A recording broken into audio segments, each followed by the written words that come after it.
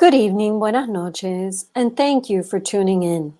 On behalf of Mitchell Kaplan, the Cuban Research Institute at Florida International University, and all of us at Books and Books in Miami, Florida, I welcome you to a virtual evening with Ariel Mae Lambe to discuss No Barrier Can Contain It, Cuban Anti-Fascism and the Spanish Civil War. Throughout this evening's broadcast, you're invited to ask questions by clicking the Ask a Question button at the bottom of the screen, and you can order your copy of No Barrier Can Contain It from Books and Books below by pressing the green button. We appreciate each and every order and the generous donations from viewers everywhere. To moderate and introduce tonight's guests, we're joined by Dr. Jorge Duani, Director of the Cuban Research Institute and Professor of Anthropology at Florida International University. Jorge has published extensively on Caribbean migration, ethnicity, race, nationalism, and transnationalism. He is the author, co-author, and editor or co-editor of 22 books, including Picturing Cuba, Art, Culture, and Identity on the Island and in the Diaspora, and Puerto Rico, What Everyone Needs to Know. And now, without further ado, I'd like to welcome Jorge to the stage, the virtual stage. Hello. Thank you, Cristina, and thank you to Books and Books again for continuing to support our series of book presentations on Cuban and Cuban American topics. I'd also like to thank Professor Michael Bustamante of Florida International University's History Department for suggesting that we organize this book presentation, which would have happened originally 1 year ago before the coronavirus pandemic forced us to go virtual. The original event was co-sponsored by 3 other units at FIU, the Ruth K. and Shepard Broad Distinguished Lecture Series of the Stephen J. Green School of International and Public Affairs, the History Department, and the Department of History Graduate Student Association. I'm pleased to introduce tonight's guest author, and hopefully we can have her in person in Miami soon, Dr. Ariel Mae Lambe, who is an assistant professor of history at the University of Connecticut Waterbury campus, where she teaches Latin American, Caribbean, and U.S. history courses. She holds a PhD in Latin American and Caribbean history from Columbia University and a BA with honors in history from Yale College. Her main research interests include social and political movements, Cuba, activism, political exiles, and the Spanish Civil War. She's currently a member of the executive committee of the New England Council of Latin American Studies. She has published chapters in the volumes Atlantic Crossroads, edited by Jose Moya, and Anti-Fascism in Global Perspective, edited by Casper Brasken and his colleagues. She has presented her work at academic conferences sponsored by our own Cuban Research Institute, the Bildner Center at CUNY, the University of Connecticut, and the American Historical Association, among other venues. Her first book, which we're presenting tonight, No Barrier Can Contain It, Cuban Anti-Fascism and the Spanish Civil War, published in 2019, is based on her doctoral dissertation at Columbia. Please remember that you can purchase a copy of the book by clicking on the appropriate button at the bottom of your screen. Our plan for tonight's program is as follows. First, we'll hear from Dr. Lambe, who will talk about her work for about half an hour. Then we'll open it up for discussion with our virtual audience. And I would remind you to please use again the button at the bottom of your screen that says Ask a Question. You can submit your questions during the talk or after the talk, and then I'll try to raise as many questions as I can after the talk. And our entire event hopefully will be over by around 8:30. So without further ado, I give you Professor Ariel Lambe. Thank you so much.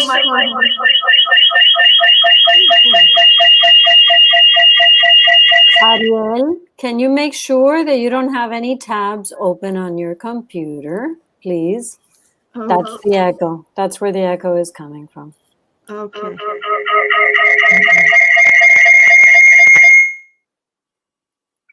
I'm just turning your sound off until you do that, okay?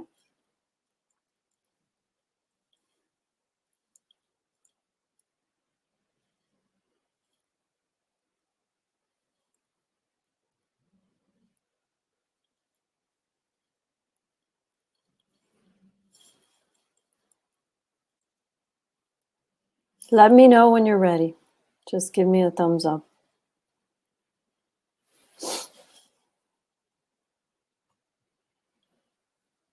Oh.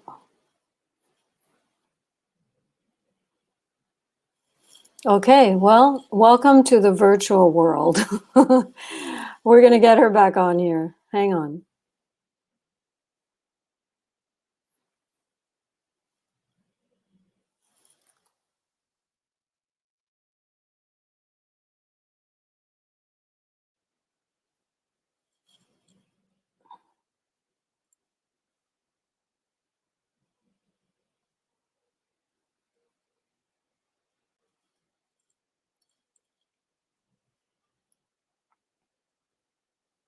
Hi.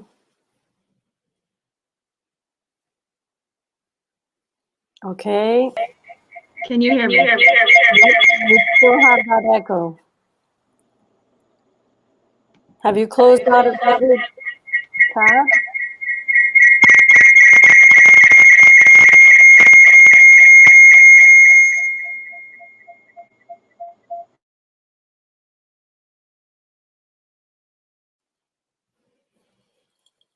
Let's try one more time.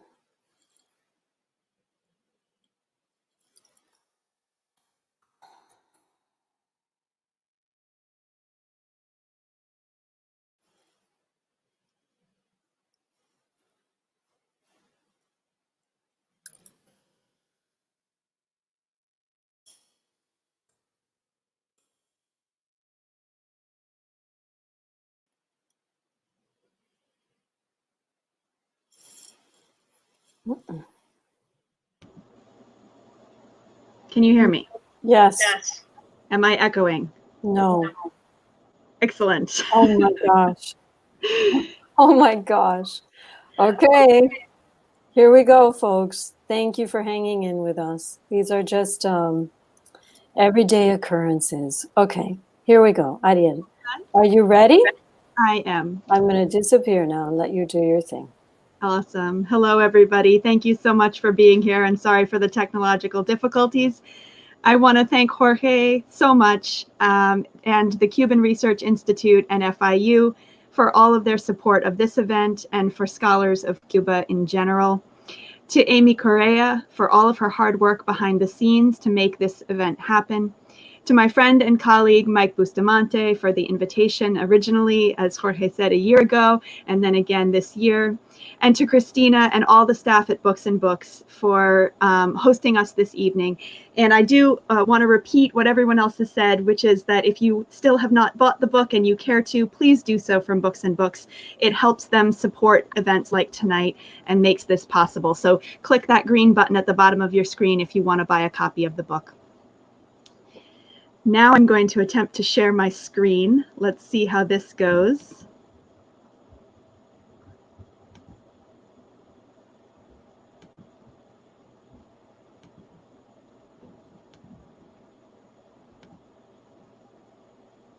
Okay.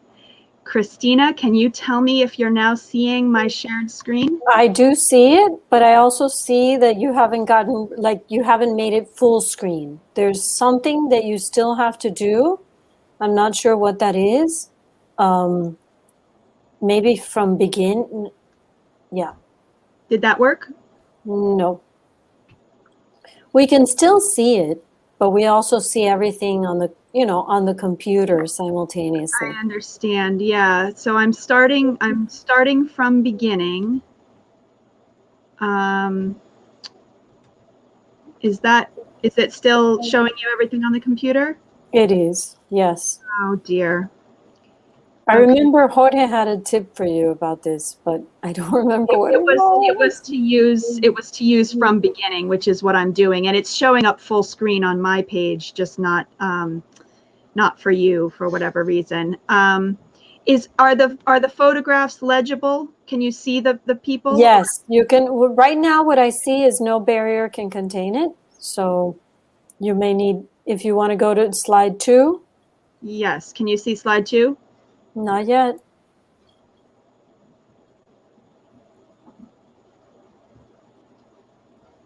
Okay.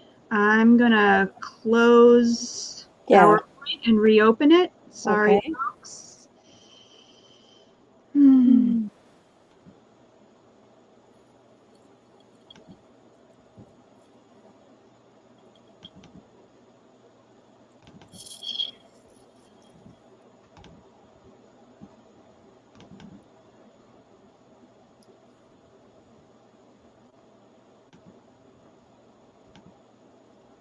Are we seeing it now? Nope.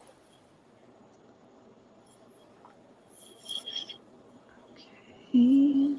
Let me try again. I am screen sharing, it says. Okay.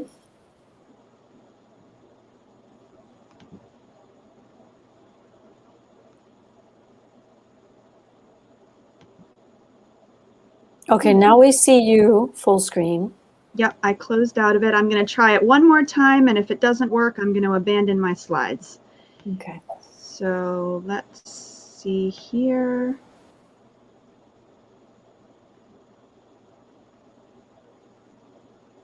Allow.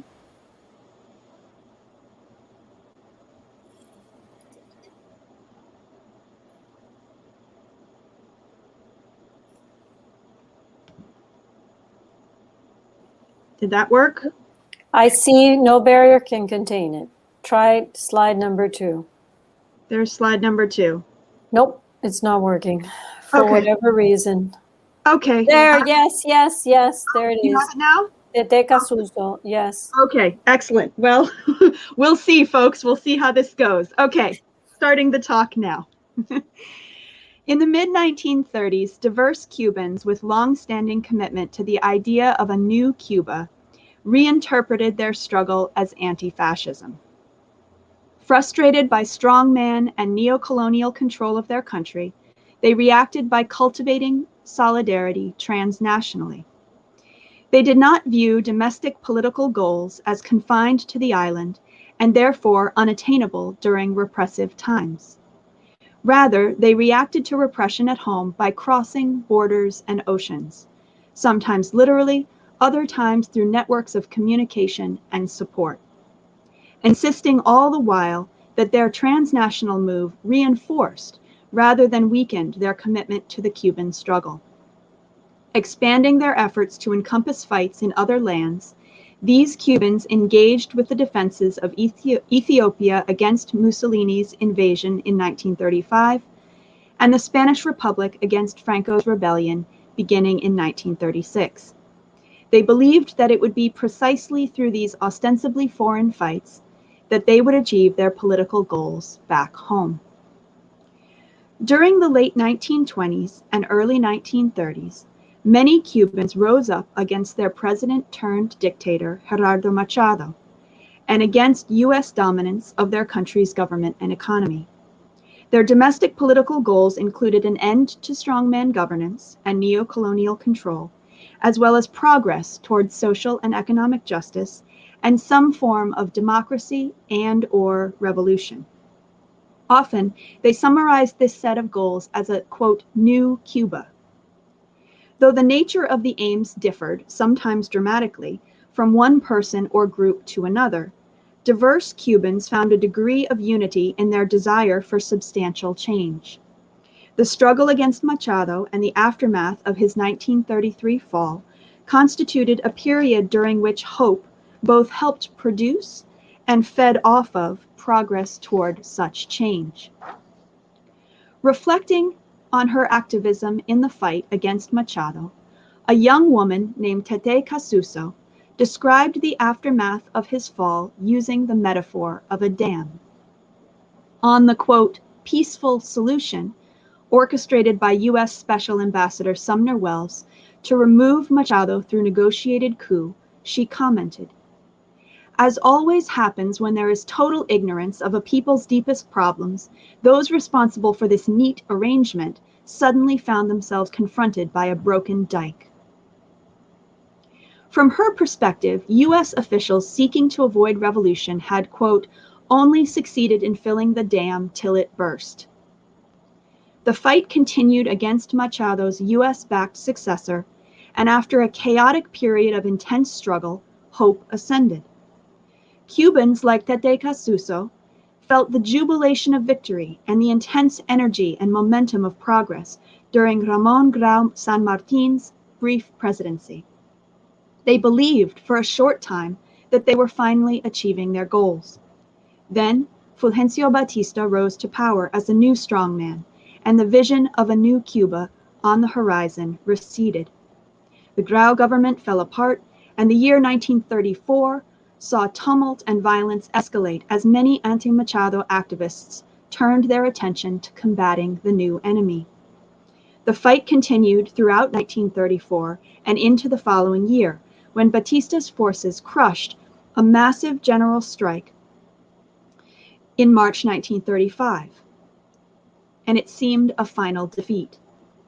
Tete wrote bitterly that the new strongman had achieved the peace and quiet that Special Ambassador Wells had desired in 1933, but it was, quote, the peace of the absent and the quiet of the dead.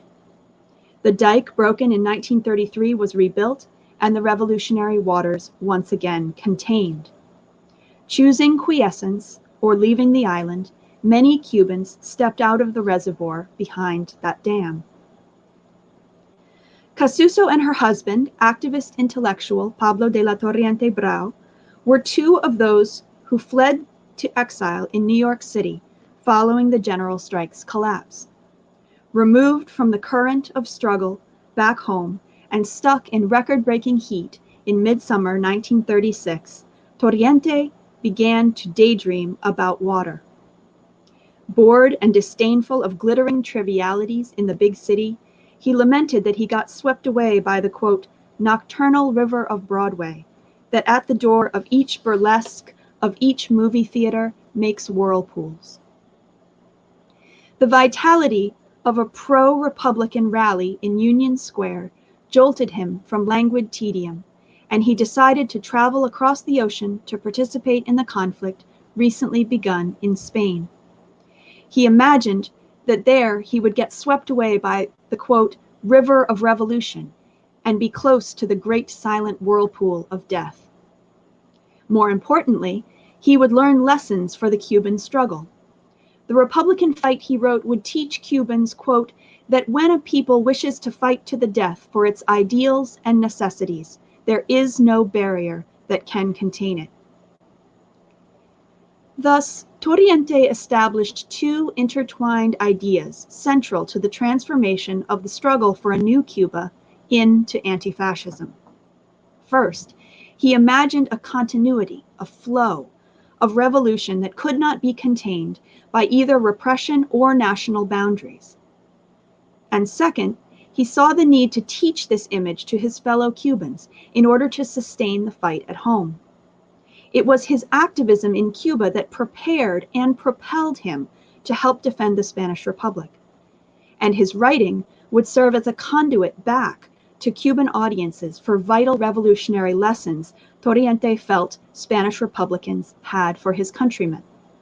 His movement across borders and oceans and that of his ideas inspired Cubans both to help defend the Spanish Republic and to continue their fight at home. Torriente had influence in both life and death. He entered the conflict as a war correspondent, a role well matched to his talents, and in which he garnered a good deal of attention. However, compelled by the desperate Republican effort to defend Madrid against national advance, late in 1936, he took up arms to fight with the Republican forces. When the danger is past, he wrote to his wife, I will return to my typewriter. On December 19, 1936, he was killed in battle. Tete Casuso learned of her husband's death in a newspaper. Grief-stricken, she sought activity to keep herself occupied through her mourning. She wrote, I determined to do something to help the unhappy people for whose liberty Pablo had given his life. In Havana, in mid-March 1937, she founded the Central Organization of Cuban Aid to Spanish Republican Children, with support from the, quote, generous initiative of a group of enthusiastic people. This group included many of her compañeros from earlier struggles, some of them prominent figures, as well as numerous extant Cuban organizations that turned their efforts to the pro-Republican fight. Thus, she built her anti-fascist organization upon interpersonal relationships, networks, and institutions from the Cuban domestic struggle. The tone of her memoir, dull with grief following the discovery of her husband's death, brightens with her pride for the association. It had 300,000 members, she boasted, quote, with a delegation in every town on the island, and the amount of assistance we gave to the Spanish people was enormous. She felt particularly proud of the residential school Casa Escuela Pueblo de Cuba, established and run by the association in the Catalan town of Sitges, which housed children orphaned or otherwise displaced by the war. And I'm hoping very much that you're all seeing my slides here. If you look at this slide, the woman farthest from the child, the woman farthest, I'm sorry? We are seeing them. Oh, excellent, thank And you. someone in the audience is saying that there's a plus or a minus for zooming in on the slide. And on your screen at the lower right, yours is at 57%. So if that helps you in any way. Okay, I see that when I do that, I lose the, You do, yeah, but you I can do zoom it in. here. Yeah, Yes. that's kind of interesting. Yes, Okay. thank you. That's helpful. So here you see a child, a woman with a headscarf. That's a Spanish child and his relative. And then the other woman here is Rosa Pastora Leclerc, who is a really interesting figure. I'm only going to mention her in passing here, but she's a really interesting figure. She is a Black Cuban woman who is an activist in Cuba, and she gets sent by Tete Casuso's organization to be the headmistress of the Casa Escuela Pueblo de Cuba in Sitges in Catalonia. So she is a really interesting figure to me as a woman, as a Black woman, as a Cuban anti-fascist who serves in Spain in a non-combat role. In her work on behalf of Spanish children beset by tragedy, Casuso transferred her energy from grief to organizing. Already an activist for years, she was well acquainted with sacrifice, but Torriente's death could have marked an endpoint to her engagement, a loss too great to overcome. Like Torriente, however, and in fact through Torriente's death, she transferred her activist work from Cuba's struggle to the defense of the Spanish Republic. At a point of extreme vulnerability, she found personal resilience and activist continuity by caring precisely for the vulnerable children of her imagined brothers and sisters in Spain's fight against fascism, children who represented, as her organization stated again and again, the hope of the world. Like many other Cuban anti-fascists, Casuso and the activists of her organization used as one tool to build transnational solidarity with the Spanish Republic the idea of kinship, a set of historic, cultural, and familial ties between two countries that had less than 4 decades earlier been one. Anti-fascist Cubans reconciled their anti-colonial history with their pro-Republican stance by defining the Republic as a new Spain, opposed to an old Spain identified not only with Franco, but also all the infamous bygone enemies of Cuba's 19th century wars of independence. For example, they compared the suffering of Cubans under the heels of Spanish colonial governor Miguel Tacón and Spanish general Valeriano Weyler to that of Spaniards at the hands of nationalists, whom they viewed as the successors of the island's colonial rulers. The comparison with Weyler was particularly chilling for Cubans observing European fascism, since Weyler had led Spanish military forces fighting against Cuban independence to intern civilians in brutal concentration camps where hundreds of thousands died of malnutrition and disease.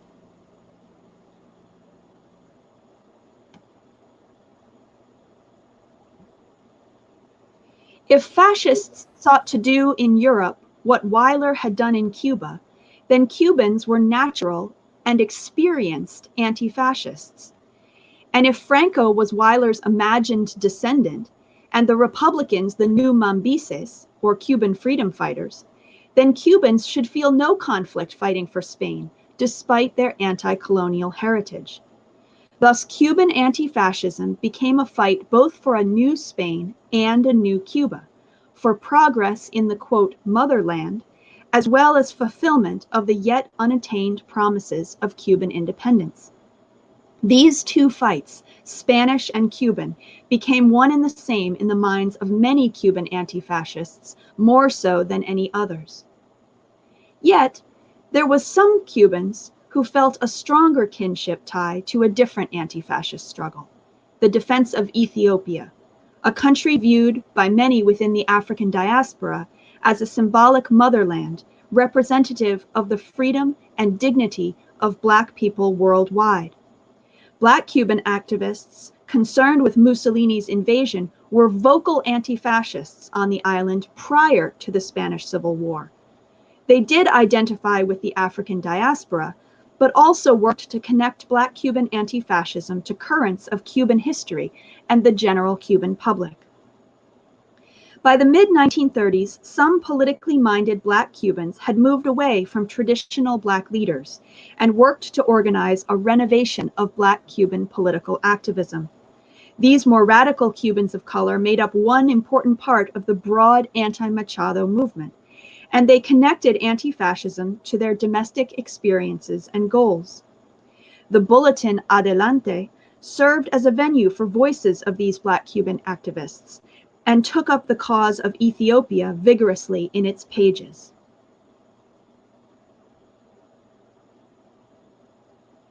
Ariel, we have one more tip. You have an audience filled with people trying to help here. Okay, wonderful. It says that if you click on Start Slideshow from current slide, it will fill the screen. Do you dare? That's what I was trying before and it didn't work, but I'll try it again now. Did that work? No. Okay. Thank you, Douglas. Anyway, thank you to everyone who's trying to help. We did try that a couple times and it didn't work. So I apologize that these are rather small for you viewing, but at least you get some sense of the images here.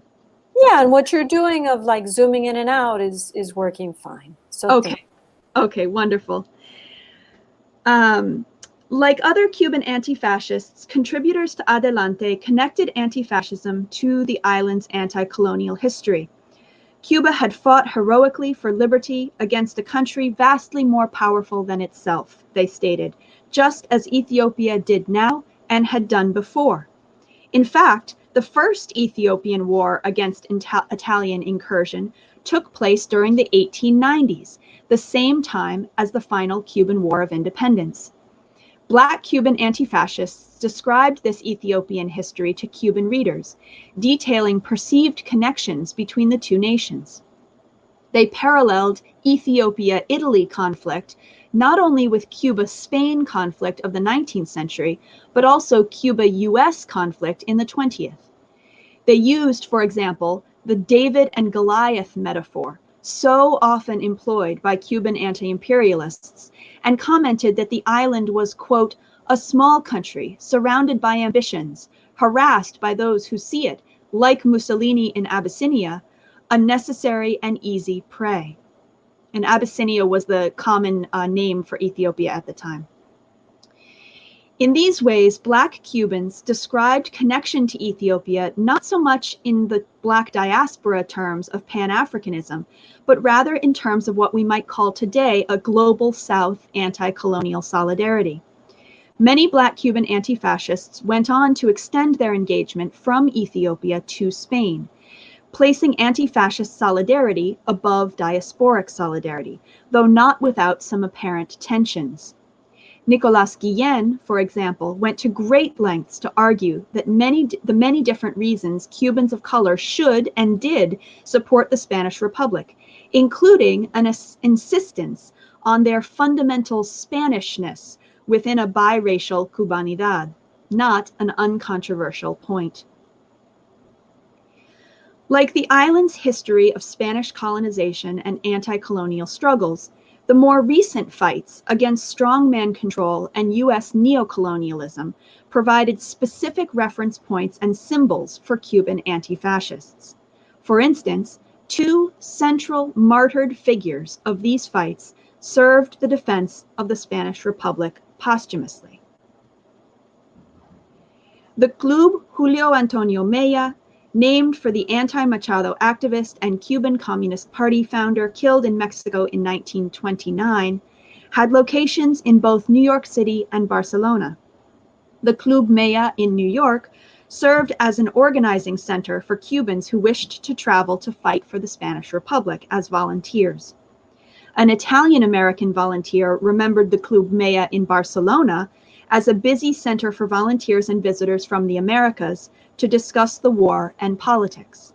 He remembered, too, the frequent dances with lively Cuban music. Imagined continuity between Cuba's domestic struggle and transnational anti-fascism was represented visually on the walls in the form of giant side-by-side portraits of the faces of Mella, considered by many an anti-Machado martyr, and Pablo de la Torriente Brau, Cuba's first volunteer casualty in the defense of the Spanish Republic. The second martyred figure of Cuban domestic fights to serve symbolically in Spain was Antonio Guiteras. Killed following the March 1935 general strike, Guiteras had been an activist in the struggles against Machado and neocolonialism, served in the Grau government, and founded a group, Joven Cuba, which was a self-proclaimed revolutionary anti-imperialist organization. In May 1936, Cuban exiles of various political affiliations, including left-wing student activists, auténticos, members of Cuba's Partido Agrario Nacional, communists, and general anti-imperialists, gathered at the Club Mella in New York City to mark the one-year anniversary of Guiteras's death, an event organized by Torriente. This power to unify various political factions in death caused Guiteras, or rather the memory of Guiteras, to perform an important function for the defense of the Spanish Republic. When the Civil War broke out several months later, the extant interpersonal relationships, expressed political commitments, and various overlapping and interconnected activist organizations among the New York City Cuban exiles represented in this gathering would facilitate the Cuban anti-fascist organizing that would take place there. Several months after Torriente's departure for Spain, a former activist in Guiteras's Joven Cuba named Rodolfo de Armas organized the so-called Cuban section of the U.S. Abraham Lincoln Battalion in the International Brigades, a combat unit that included in its ranks many members of the Club Mella in New York City. He named it the Centuria Antonio Guiteras. In May 1938, the Cuban periodical Mediodía marked the third anniversary of Guiteras's death with a comment on this transnational movement of Guiteras's name, celebrating the fact that it was, quote, taking root in the heart of democratic Spain.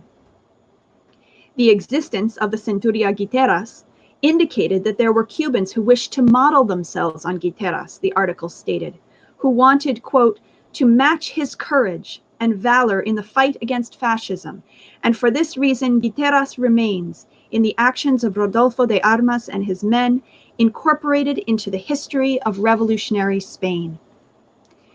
The assertion of Guiteras as posthumous anti-fascist was one of the most literal assertions of continuity from Cuba's domestic struggle to anti-fascism. By carrying his banner, which you can see here, literally into battle for the Spanish Republic, Cuban anti-fascists defied the containment of their fight.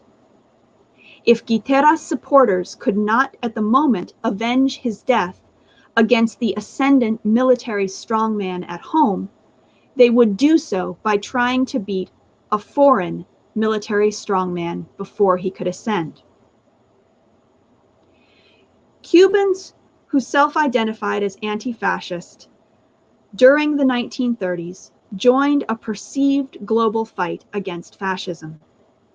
This fight they defined, as did anti-fascists of other nationalities, as one consisting of, on the one hand, particular geographic points of conflict against specific examples of fascism, and on the other, a pervasive struggle against potential and perceived fascisms anywhere and everywhere. The power of anti-fascism in the Cuban imagination derived precisely from this duality of definition. The rise of fascism and anti-fascism coincided with an intense period of struggle for a new Cuba, culminating in major defeat. Finding their domestic aims frustrated, Cubans changed the language that they used to express their goals, but not the goals themselves. As they began to envision themselves as part of global anti-fascism, Cubans drew comparisons between the situations of anti-fascists elsewhere and their own. Within the framework of transnational solidarity, struggles in various countries all became part of the same worldwide fight. Thus, through transnational solidarity, Cubans could sustain their own fight precisely by participating in the fights of others. The study of Cuban anti-fascism brings a new point of view to analysis of 1930s Cuban political history. Cuban popular politics are supposed to have been suspended in March of 1935. Viewing the struggle of that decade on the island through a national lens leads definitively to such a conclusion. Batista's defeat of the general strike that month marks, quote, the end of an era in many historical accounts, a period in which the surge of change was halted, the movement contained, and hope dashed. However, at both the transnational scale and the intimate personal scale, a different picture emerges. In fact, the domestic popular political movement of the late 1920s up through March 1935 experienced a reincarnation as anti-fascism. Through personal resilience and the use of established organizations and networks, by intellectual and rhetorical work of reinterpretation, and under banners of the domestic fight's martyrs, Cubans defeated by Batista in 1935 became anti-fascists. Their struggle crossed right over the end of an era, extended its arena and scope, flowed figuratively and literally to other lands. But even as Cubans built transnational solidarity, they always remained intent upon their domestic goals. A transnational move was necessary for the survival of the movement when conditions of repression at home became severe. But the movement remained fundamentally domestic for Cuban anti-fascists, even many with stated internationalist agendas. The struggle for a new Cuba both became anti-fascism and retained its original purpose. As such, it could not be contained, and therefore it could not be extinguished. Thank you.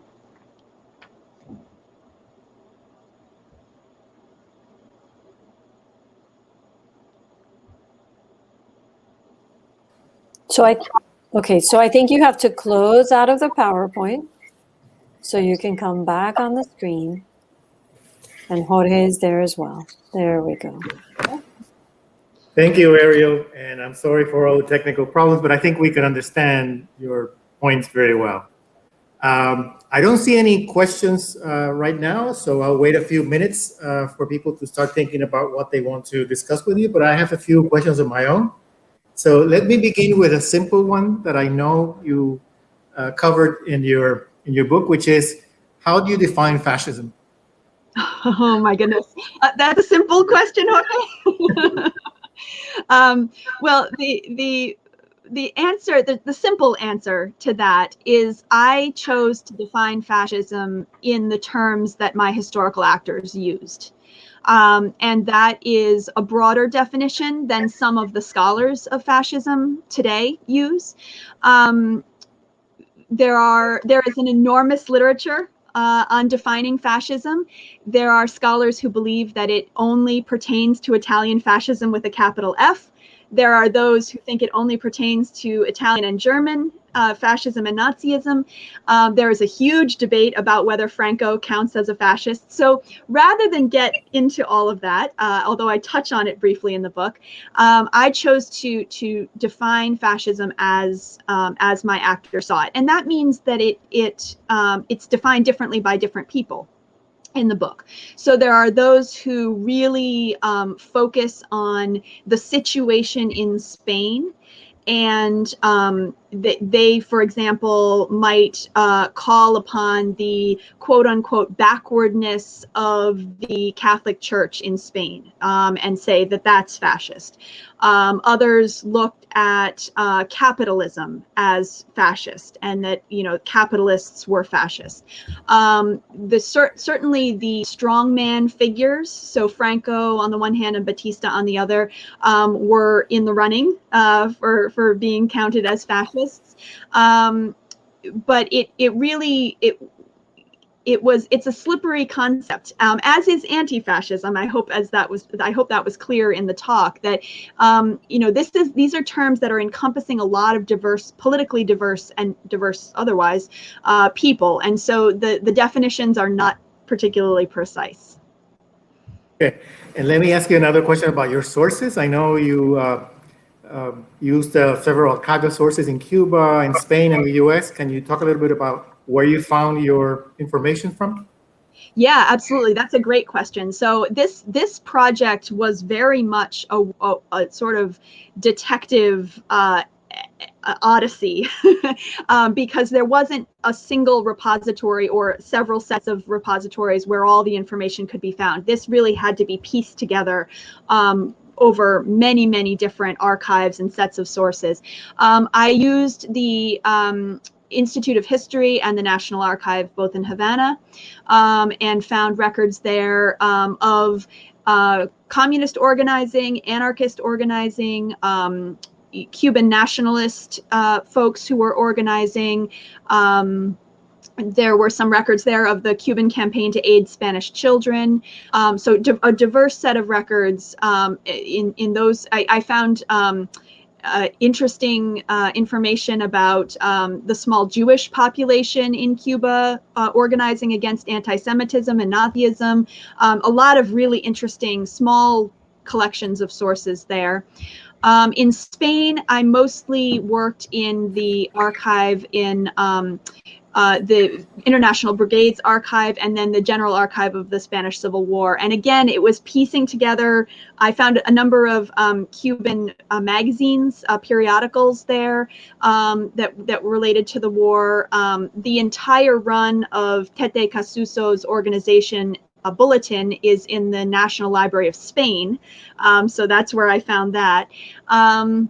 I also made use of Microfilmed Archives. The very famous archives of the International Brigades are all on microfilm. Those are Russian documents, but mostly in Spanish, because they had Spanish and French, because they had to do with the war. Those are on microfilm and available at Tamiment Library at NYU. Also, the Abraham Lincoln Brigade archive is at the Tamiment Library at NYU, so I made use of that. I was at the Library of Congress for a number of Cuban periodicals, and I always like to shout out the Institute for Social History in the Netherlands, because they digitized a number of important far left documents, so anarchist and Trotskyist documents on this period in Cuba. They digitized them for me free of charge and just sent them to me. And so I always like to give them a big shout out when anybody asks about sources, because they really treated me quite well. So lots and lots of archivists to thank. I won't go through the whole list, but this was a project that drew on many archives. Excellent. Let me ask you a couple of specific questions, and then I see that there are a few on our chat, so I'll turn to those. What was the reaction of the Spanish immigrant community in Cuba? I know that there were both people who supported the Spanish Republic and others who opposed it. So could you give us a sense of what was the debate like? Yes, so there were definitely voices in favor of Franco and the nationalists among the Spanish community and the Cuban community, for that matter. I always say, when people ask me about this, I always say there are two dissertations floating out there for anybody who wants them. One is on the pro-nationalist Cubans and Spaniards, and what they were all up to during the Spanish Civil War. And the other is the Spanish community in general in Cuba and their reaction to the Spanish Civil War. I think that would make a phenomenal project in and of itself.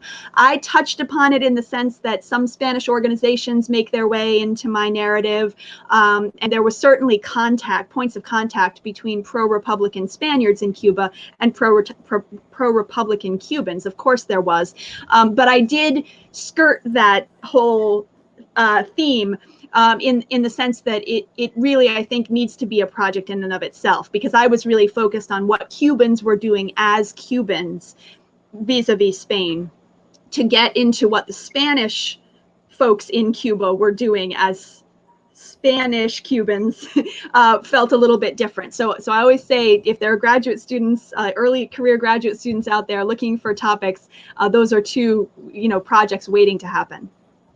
Okay, and one final question before we turn into the audience.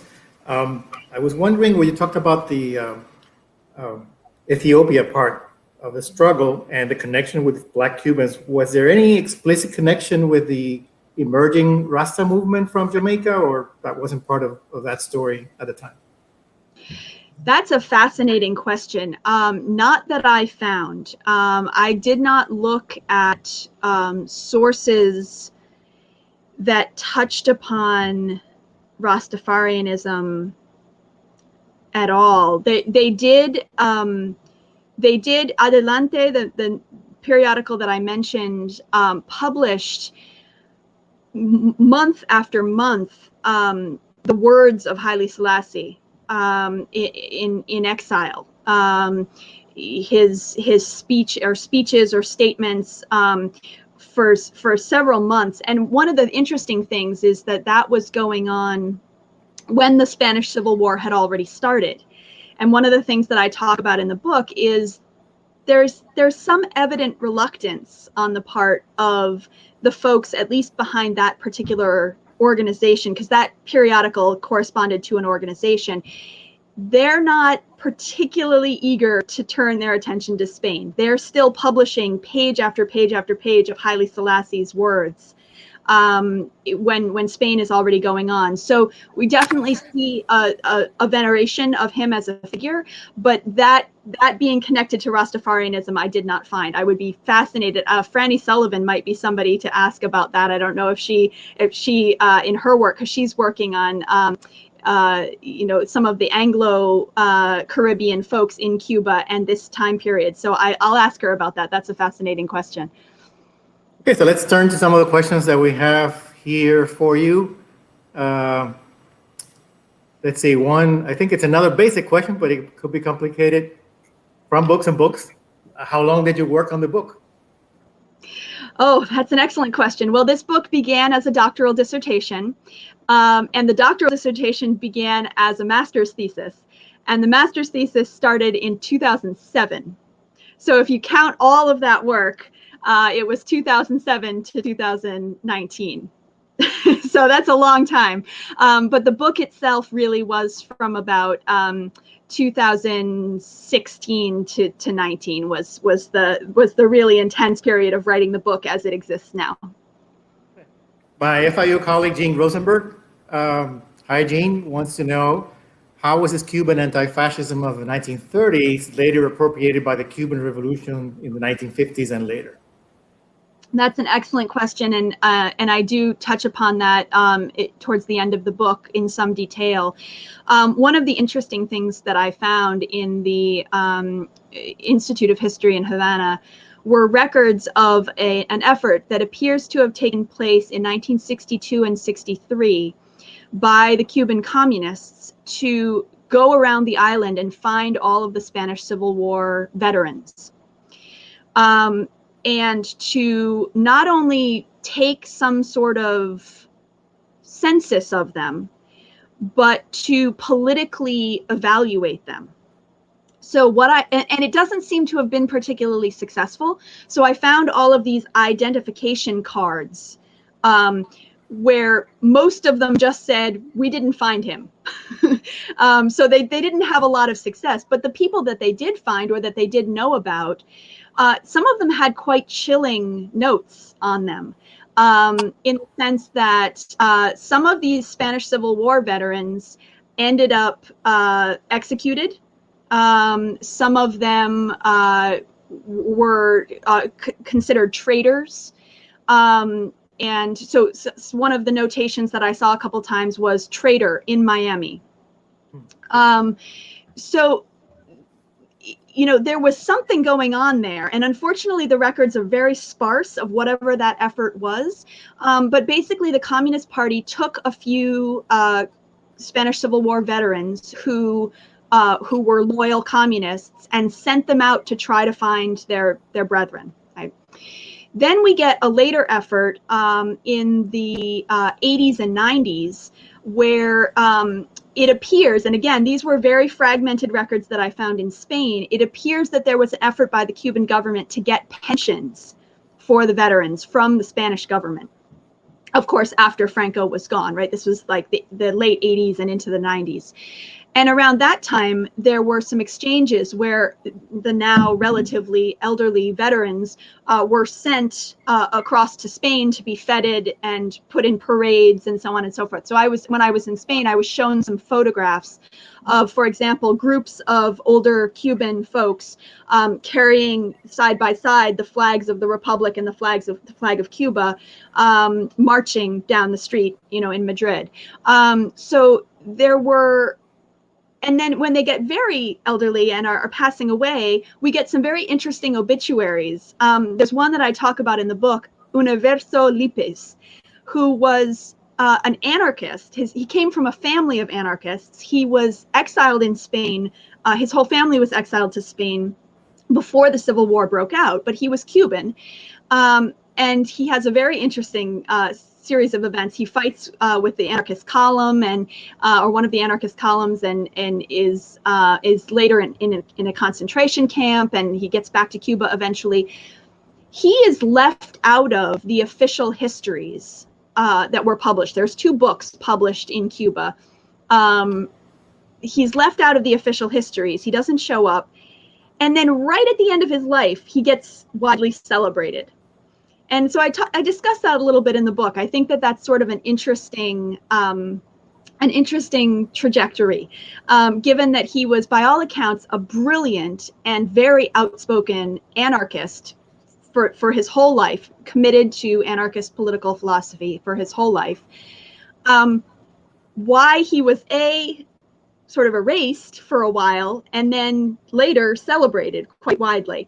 So there's definitely tension around the issue of what the Cuban Revolution wants and needs to do with the memory of the Spanish Civil War.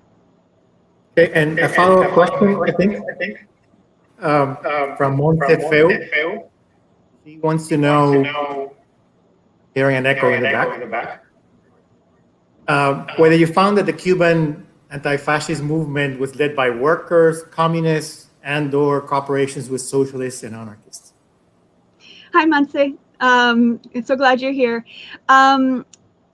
One of the main points of my book is the political and ideological diversity of Cuban anti-fascists. This is something that's very dear to my heart and very important, because when I first started this project, what I found was an assumption that they would all be communists, that this would all just be a communist story, and that was it. And I knew that there were going to be anarchists in there at least. And so I went looking for who else was there, not to discount the importance of the communists, but to figure out who else was there. And boy, did I find a whole lot of people who were not communists, right? I found the anarchists, of course they were there. Socialists were also involved. The small but influential Cuban Trotskyists were in there. But there were a whole lot of people who didn't subscribe to ists or isms. There were a lot of Cuban folks who saw themselves as against strongman governance and neocolonialism, and that was their politics. I suppose we could call them Cuban nationalists or Cuban anti-imperialists, but really those were their pillars. They were against strongman governance and they were against neocolonial control. And when they couldn't fight Batista, they said, we're going to fight Franco. Because that's the closest we can get, and also Spain is really important to us as Cubans.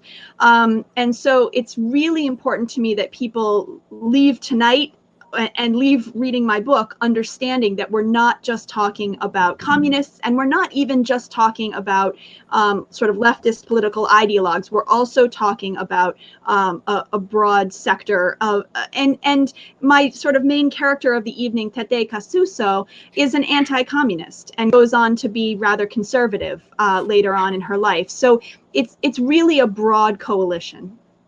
Okay. And then a question from John Gutierrez, which I think is a follow-up on that. He wants you to talk about the demographic background of the Cubans who participated in the movement against fascism. And he also wants to know a little bit more about the folks who were sons of Spanish immigrants and whether that background may have played a role in how they perceived the struggle in Spain. Sure, yeah. So the demographics show up really well in Tete Casuso's organization because, well, one, because they have great records. They kept wonderful records in their publication and also in their archive. And so I can see the 50-cent or the 20-cent donations, the 10-cent donations sent in from all over the island, and also places in the diaspora. They got donations sent in from Central America, from different places in the U.S., from Kingston, from Port-au-Prince, from different, Venezuela, different locations. So the demographics of that campaign seem to have been quite broad, quite wide. There were certainly people like Tete, who was relatively elite. She was the daughter of a somewhat financially insecure landowner who lost everything in 1926 and then went on to be a public official. So she had a college education. She was white. She was relatively elite. And many of the other leaders of the organization were of that same group, the sort of Havana college-educated folks. But the delegations of that organization across the island seem to have been very, very diverse. Obviously anybody who's sending in a donation, even if it's 10 cents, has some money to spare. And that's taking out a certain strata of socioeconomic level. But it does seem as though there was a wide range. And I should also mention, and I should have said this in my answer to Montse's question as well, is that the labor unions were involved here as well. So we see a number of examples of labor unions being involved as well. The second question, I don't know, John, if I have a great answer for you on the sons of Spaniards in Cuba. I know Torriente's father was Spanish, although he had lived in his mother was Puerto Rican, his father was Spanish, but had lived in Cuba for most of his life. And he's very much an intellectual. He writes about his feelings about all of this in great detail. And so there is some discussion of him reconciling his sort of partial Spanish identity and what it meant to him that his mother was Puerto Rican. Very interesting stuff on nationality and sort of ethnicity and identity in his writing. But beyond Torriente, I don't know that I have a specific example of that I can speak on for you. Were there any Afro-Cubans among the volunteers in the brigade? Yes, there were. And one, Basilio Cueria, is the most famous. He was famous because he was quite an accomplished baseball player. and he had been in New York City and was profiled eventually as a volunteer both by Nicolas Guillen and Langston Hughes in English. So he's probably the most famous Black Cuban volunteer, but there were a number of others, and one actually, if you Google Cuba Hermosa and Spanish Civil War or something like that, you'll come up with a short article that I wrote on a Black Cuban volunteer who became famous in 2010 because the Spanish government wanted to give a famous portrait of him to President Obama as a commemoration of the African American volunteers who were in Spain. And so a group of historians, I wasn't involved yet because I was just in graduate school at this point, just getting started on the project, but there were a group of international historians who got to work trying to figure out who this man was. And they discovered that no, he wasn't US, he wasn't African American, he was Afro-Cuban. And so I actually then picked it up from there and figured out some other points about his identity throughout my research. So I carried, they narrowed it down to a list of 5 names that he might have been. And so I took that list on literally a little scrap of paper in my research notebook, and I carried it with me to different countries and tried to find him. And I unearthed some information about him. So that's another sort of famous, more recently famous Black Cuban volunteer. But yes, there were a number, and as I mentioned also, Rosa Pastora Leclerc was not a combat volunteer, but she was a Black Cuban woman who did travel to Spain to be the headmistress of this boarding school that Tete Casusa's organization founded. Okay, here's a question from our colleague Elizabeth Walsh, which I wish I had made. And she wants to know, how did your protagonists talk about what you call transnationalism? Do they use that term, or internationalism? No, transnational is definitely a historian's term in all of this. And that's an excellent question because, of course, as historians, we always have to be conscious of the terminology that we're using and whether or not our historical actors used it. They didn't also, by the way, often use anti-fascist. They spoke a great deal about being against fascism, but the term anti-fascist was not unheard of, but it wasn't particularly common. But back to your question, transnational, they just did it. They moved, they sent letters, they traveled, they migrated, they went to volunteer in Spain. They received the news from Spain and disseminated it. They republished articles that had been published in Spain in their own periodicals. It was very much a transnational existence, even if they weren't using that word.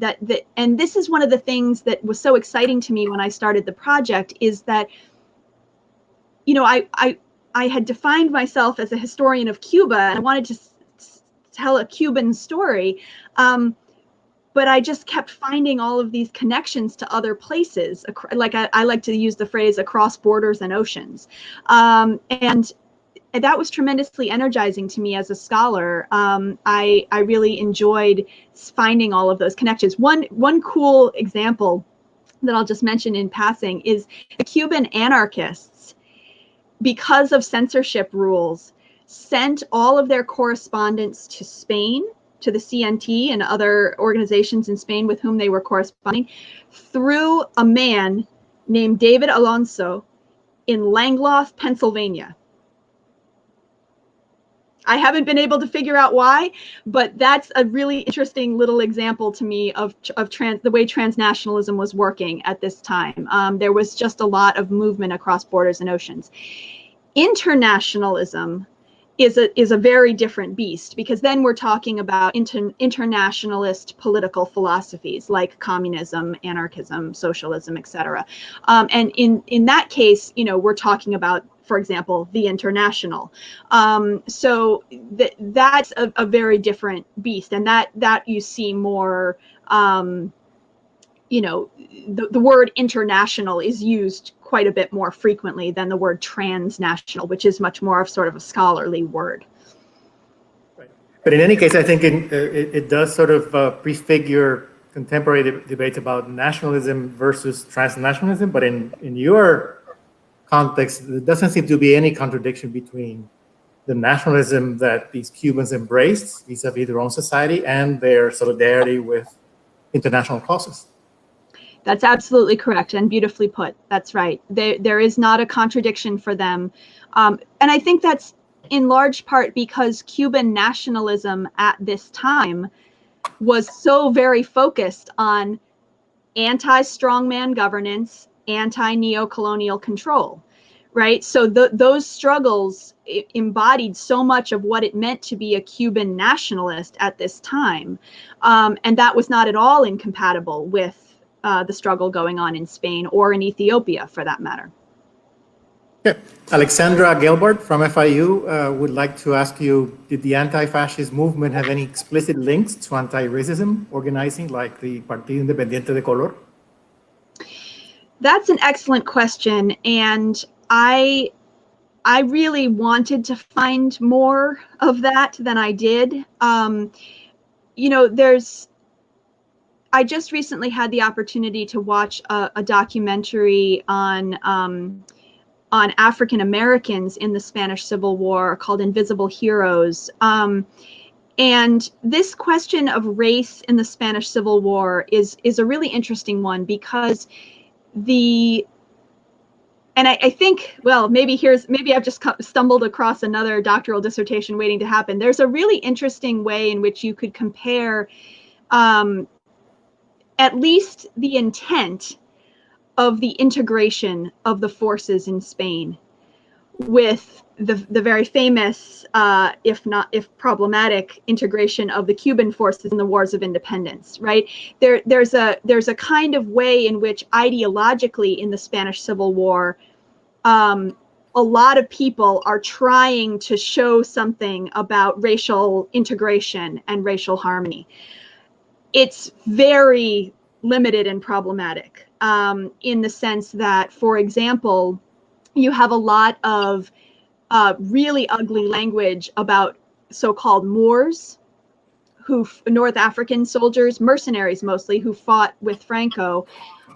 There's a lot of really ugly language about them that comes out of the anti-fascist, forces, and so Langston Hughes famously tries his best to wrestle this issue into submission in a very famous poem, the name of which I'm going to blank on at the moment, but where he tries to address the figure of the Moor and says, you're our brother, we're people of African descent fighting for the Republic. You're our brother. You should be on our side. And so there's really some very well-intentioned people, and this goes for the Cubans as well. There's some really very well-intentioned people trying to make the Spanish Republican fight an integrationist fight, but it's limited, and the number of people of African descent who end up fighting in the international brigades is relatively small. A couple of them do ascend to important positions of leadership, which is notable, but it's not. That's a way in which it's quite different from the Cuban Wars of Independence. The numbers just aren't there. And to your most specific part of your point, did I find any connection to the Partido Independiente de Color? No, I did not. I would have loved to have found something like that, but I didn't. Okay, I don't know if you can see the questions yourself, but there are a couple of three comments by Mike Bustamante. I'm going to try to summarize these very rich comments, but I think basically he wants you to comment on the legacy of the Spanish Civil War for Cuban politics beyond the 1930s. And I think in part you already answered how the Cuban Revolution appropriated, but perhaps you can expand on that topic. Yeah, sure. So I think the answer that I gave before about some of the ways in which the Cuban revolutionary government used maybe abused the Spanish Civil War veterans is a more cynical take. I'll give a more optimistic or idealistic take, which is that the Cuban revolutionary government is known by its supporters, at least, as a force for international engagement. Right. There's, of course, the famous engagements in Africa. There are the engagements of doctors around the world, helping in disaster situations or in countries that need additional medical care. So if we think about the Spanish Civil War in terms of those legacies of the Cuban government, I think it fits in very nicely in the sense that it is an early example of Cubans going beyond the borders and the oceans that surround them and trying to fight for the good of another country. And so I think that those comparisons can definitely be made. Okay. Montefeo again has a question about the possibility of a spread of fascism into the Americas and how that may have played a part in the organizing of the movement, especially for workers. Yeah, so there was a constant fear of the spread of fascism in Cuba, and it took at least two forms. One was the fear of domestic fascism, right? People in Cuba, Cubans, who would sympathize with the nationalists, who might sympathize with Mussolini. I don't know if everybody listening knows this, so I'll just put it out there. This is sort of a famous thing in Cuban history of the period, but there was a instance, at least, in which Machado, the dictator before Batista arose to power, was called the Tropical Mussolini. So that, that was dating from the 1920s. There was a sense that there could be an organic fascism that arose in Cuba by Cubans. Another figure that was often attacked by anti-fascists was Pepín Rivero, who was the editor of Diario de la Marina, which is a conservative newspaper in Cuba at the time, and he was seen as fascistic. Sort of as proto-fascist. So that was one prong of it. And then the other was fear of fascism from Europe coming to Cuba. And the most famous episode of that fear was that there was actually a German spy apprehended in Cuba. And now this is going into the World War II period. So this is a little bit late in the early 1940s, but this German spy was, by all accounts, a most inept spy. Not a successful spy by any means. He did not do his spying job well. But when he was discovered, it created a kind of hysteria to the extent that he was actually executed in Cuba. So there was also a lot of concern by the United States during World War II about German U-boats in the Caribbean, and sort of thinking about Cuba, as Cuba has often been thought about, as a logistically strategic landmass for defending the Caribbean against German incursion. So there are, to answer the last part of your question about workers, I would say that the first prong that I discussed is much more of a concern to workers. There are some political cartoons and so forth that sort of picture Hitler and Mussolini sort of leering over the island of Cuba. So, there was some concern about that, but I think there was much more concern about the rise of domestic fascism or proto-fascism among workers. Okay, Javier, I don't know the last name, has a two-part question. Is there a difference between how Black Cubans in New York City understood fascism and anti-fascism and how Black Cubans on the island understood these ideas? And then the second part is, did you find any record of Black Cubans describing racist incidents in the International Brigade or the Spanish Republican Army? Oh, those are excellent questions, Javier. And the answer to the first one is that I don't have any written record of Black Cubans in New York, except for these portraits that were done of Basilio Cueria by Guillen and Hughes, and he does mention racism in New York, but if I'm remembering correctly, I don't believe there was any mention of racism in Spain. And so to get to the second part of your question, or the second question, it would be very surprising to me to find contemporary documents that made charges of racism in Spain. And the reason being that the cause was sacred. And people were very focused on victory of the Spanish Republic, and so a lot of the people fighting, I don't think, like, let's say you're Basilio Cueria and you're being interviewed by Nicolas Guillen. I think you would not say, oh, I had this horrible experience under Spanish, with Spanish troops, because it would be counterproductive to what was going on. That's my hunch. I don't know. I didn't find any evidence of that type of treatment of Black Cubans who were volunteers. There was an interesting. Well, no, I'm not gonna go down that. There are a lot of individual stories in the Russian records. So the communists took surveys of the volunteers, and there are a lot of records in there about, for example, discipline. So one interesting thing that could be done if there was going to be a really systematic study done of all the Cuban volunteers, is you could chart race against, for example, what people were being disciplined for.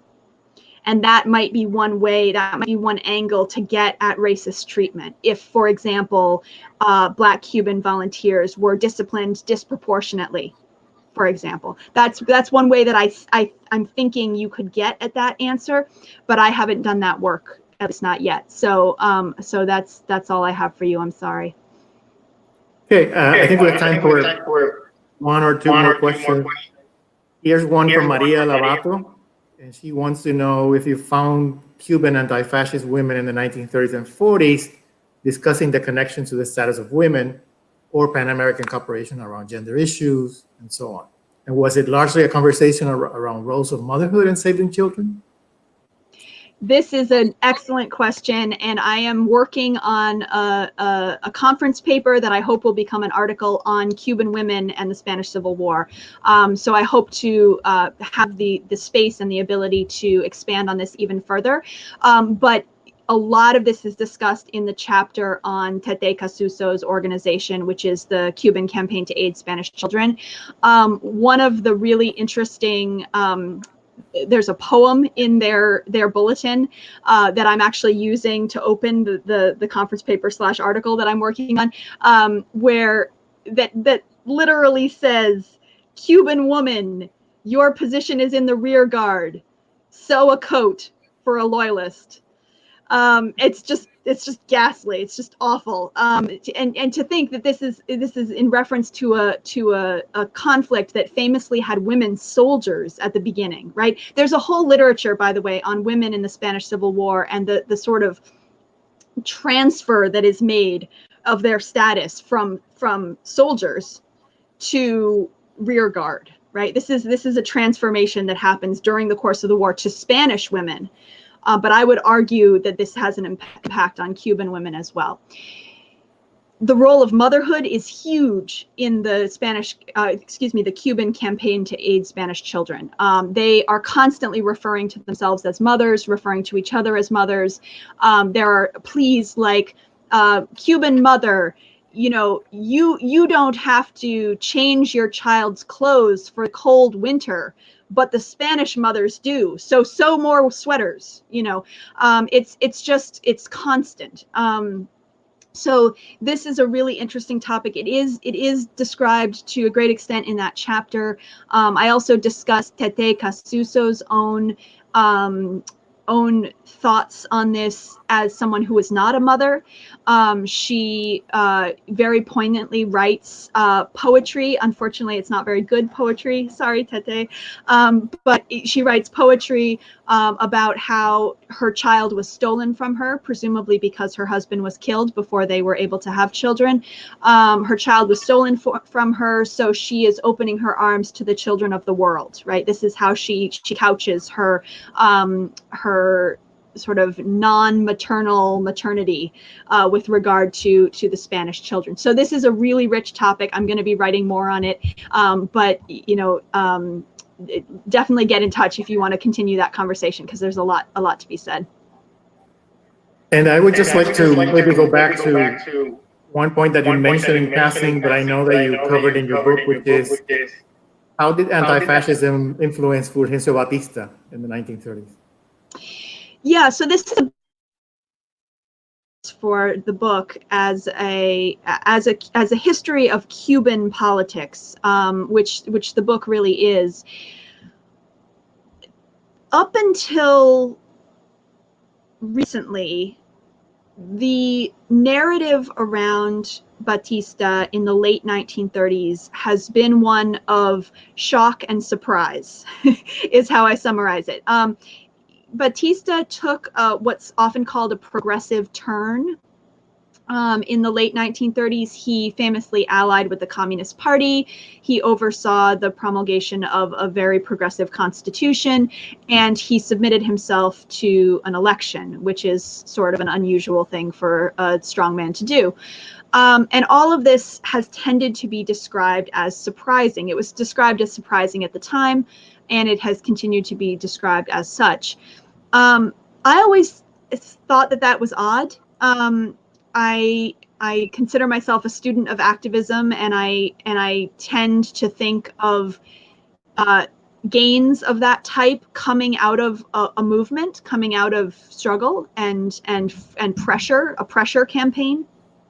And so when I got started looking at anti-fascism, I started to realize that this was the pressure campaign. This was the popular swell on the island between 1935 and 1940, when we get this new constitution in Cuba.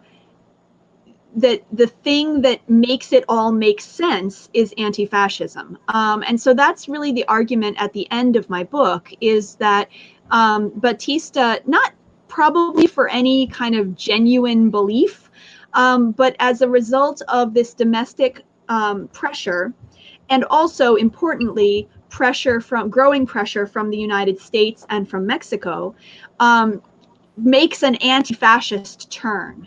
And we see in Cuba the anti-fascist struggle of 1936, 37, 38. By 1939, 1940, 41, really go mainstream. We see a lot of big names start to be on the mastheads of new anti-fascist organizations that are nationwide, and it moves from its activist phase into its establishment phase, and Batista right along with it. Thank you. And to end on a more contemporary note, I know that you connect Cuban anti-fascism with the contemporary Antifa movement. So if you can say a few words about that. Yeah, absolutely. You know, I always, I both love to answer this question and hesitate to answer this question, because of course I'm a historian. I'm not an expert on Antifa, but I think that one of the things that really resonates with my work and with contemporary anti-fascist organizing is that idea that you got at earlier, Jorge, of the definition of fascism and anti-fascism, and my answer to that question, which is it depends, and it's chameleon-like. It moves, it changes. So, for example, what we see now, a lot of anti-fascist organizing that has gone on over the last couple of decades has been against things like Islamophobia, or homophobia, or misogyny.